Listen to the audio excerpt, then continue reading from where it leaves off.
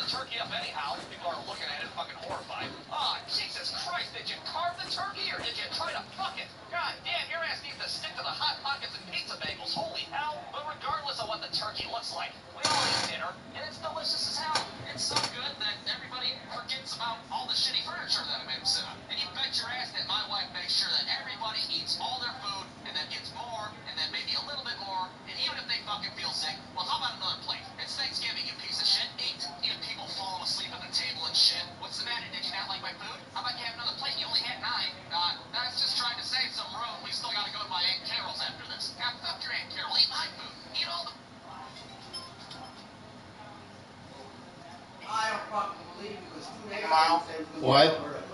Is your bus running tomorrow? Not sure why. Why? Is yours not running? I don't know. I haven't got a phone call yet.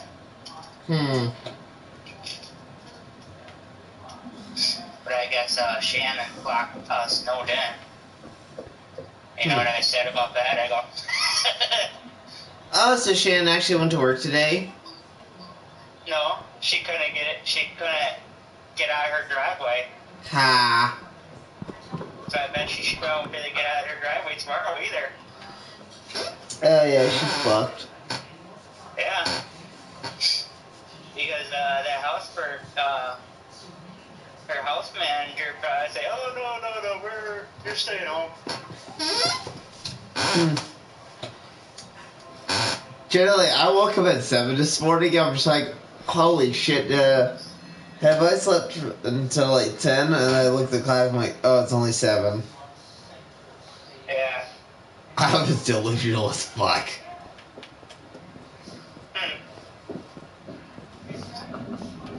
Yeah. I wonder how many people didn't show up. I don't know. I guess you have to wait and find out tomorrow if we get called in or get to go on tomorrow. Who knows?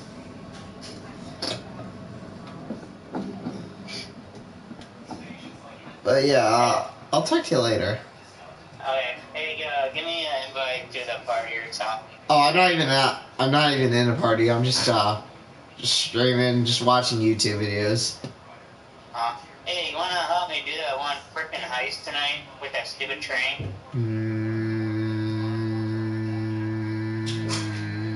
Ooh, I wonder what this button does. Okay, talk later.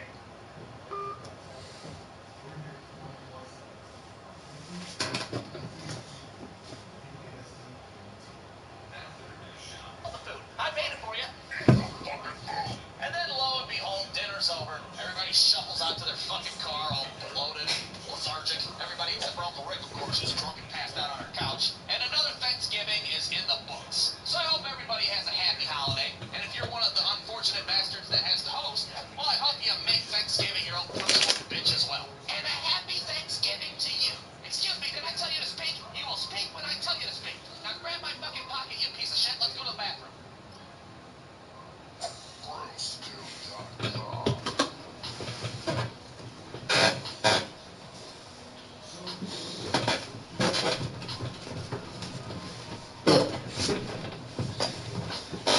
Like living up like a tablet.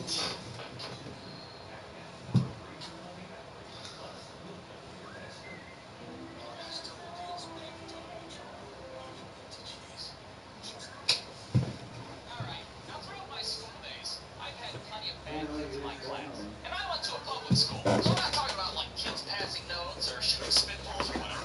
No, I'm talking about kids that were a complete menace to the classroom. Kids that didn't need detention. They needed like an ankle monitor and a parole officer to set them straight. And the worst kid that I ever had to share a classroom with was this kid in my second grade class named Colby. And yeah, I know what you're thinking. Who the hell names a kid Colby in the first place? I mean, what the hell, Colby's parents? No wonder why your kid screwed up. You named him after a goddamn cheese, for Christ's sake. I'm sure his brothers Parmesan and Pepper Jack weren't exactly at the top of their class either. But this kid Colby was he was a disruptive little asshole to say the least. Which was unfortunate because our second grade teacher was like the nicest lady in Northwest Ohio. But that didn't matter to Colby because his ass made it his mission to just shit all over her day any chance that he got. She'd come walking into the classroom every morning like, "Good morning, class. May the winds of success forever be under thy wings." "Yes, Colby, what is it?" "I pissed inside of my pants."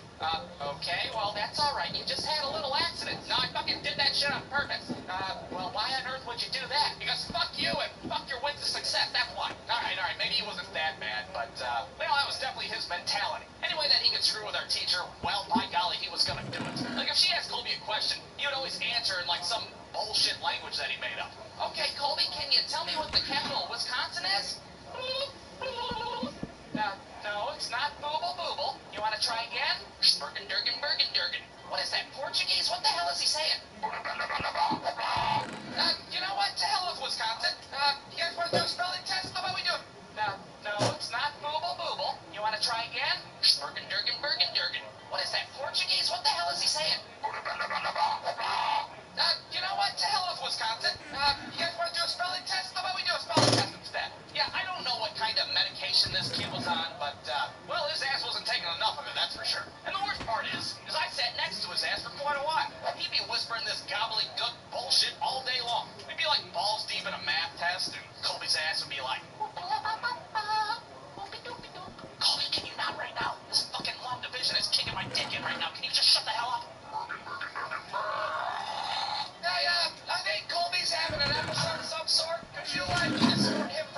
process plays? Well, needless to say, eventually Colby got his own little area of the classroom over by the Windows 95 all by himself so he can't distract anybody. And this just made matters worse because Colby was not having that shit. He'll be damned if he's got to sit there by himself where nobody can hear him talking his fucking fake-ass foreign language. So throughout this school year, his ass would gradually become more and more disruptive. Like, for example, every day we'd have like 15 minutes of silent reading. And one day, instead of reading a book, Colby's ass just whipped out a Game Boy and started playing that instead. Motherfucker didn't even turn the volume down. He's just sitting there like... And another time, in the middle of class, Colby asked to sharpen his pencil, but instead of doing that, his ass got inside of a garbage can. Why would he do that? Well, because fuck you, that's why. I'm sitting in the garbage. I ain't doing your fucking spelling test, that's for sure. Hell, one time I saw this kid chew off all the erasers from the tips of his pencils and then spit them across the room like they're fucking sunflower seeds. And like, yeah, he would get in trouble. Like every week our teacher would have to call down the office and be like, yeah, hi, Colby's being a little asshole again. I'm sending him your way. I've never struck a child, but, well, today could be the day. And then he'd be gone for a few days and we'd have ourselves a little Colby vacation. But he always came back eventually, fresh from his suspension or his stay in the sanitarium or where the fuck he would go. And it'd be like rinse and repeat every week. Like every Monday morning we'd all get together like, oh, wait, what's Colby gonna do this week, huh? Oh, look, he already drew a fucking wiener on the chalkboard. What a madman. But I gotta say, out of all the shit that Colby did, the craziest bit happened towards the end of the school year. And we're talking like the last week of school, where we're not doing anything at all. Just watching fucking episodes of Bill Nye the Science Guy over and over again. And at this point, Colby hadn't acted out in quite a while. Now, I distinctly remember thinking, man, Colby seems pretty chill lately. Maybe he's turned over a new leaf. Maybe his ass has found Jesus after all. And just when I think that, I look over, and the motherfucker's dancing on top of his desk with his shirt tied up like some kind of Uchi model. Now, at first our teacher's doing like a fucking crossword or something. She doesn't even realize what the hell's happening. Meanwhile, Colby's ass is putting on a fucking show for everybody.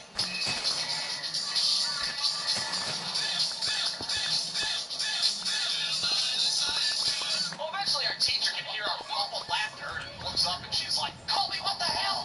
Get off your desk. Why the hell are you dressed up like a goddamn prostitute? And that's when Colby hops off his desk and runs into the coat room. Our teacher starts running after him like the fucking building's on fire. Meanwhile, we're all just sitting there like, man, this is some wild shit. Yeah, even for a fucking public school. God damn. Well, let's go to a diagram of my second grade classroom. Here's where all of us were sitting.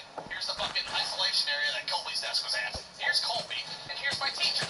They just keep running around in circles from the coat room back out to the classroom, into the coat room, and over again. Eventually, our teacher gets on the phone, and she's like, DEFCON 1! DEFCON 1! Somebody get your ass up here! And that's when our school police officer shows up, fucking Officer Dave, and now we really start freaking out at this point. Oh, shit, they're gonna fucking shoot his goofy ass. Now both of them are chasing after Colby's wayward ass around the classroom. They do a nice little pincer move and corner his ass, which of course is standard police procedure when dealing with an unruly child in a coat room. And Officer Dave ends up hauling his ass out of the room like a piece of luggage, and that was the last I seen of Colby's goofy ass. Or at least that's what I thought until years later, when I'm sitting in class on the first day of my sophomore year of high school, and during roll call, I hear a very familiar name. Colby, fake last name? Is Colby fake last name here? Yeah, I'm here. And at first I'm like, holy hell, Colby from second grade's in here? That kid's still alive? What the fuck? What the hell's this kid gonna look like after all these years? Is he gonna have an ankle monitor? Is he gonna have a fucking face tattoo? What the hell? I look back, and to my surprise, Colby is just this normal-ass dude wearing a polo. Well, after class, I just can't help myself. I go up to him and I'm like, dude, you were in my second grade class. What the hell was wrong with you back then? What? Second grade? Oh, yeah, that was just a weird time in my life. I don't know, I was just really amped up all the time, and I watched Animaniacs a lot. And I'm like, Animaniacs? Dude, I thought you were on fucking methamphetamine. So I guess the moral of the story is, don't judge a book by its cover. Some of you might have had a Colby in your second grade classroom who, you know, spoke a fake foreign language under his breath from time to time. But guess what? That doesn't mean he's smoking crack under a bridge. They can be just living a simple life, married with 2 kids, little provolone and little mozzarella, and they're just normal as hell after all. The end. BruceDude.com.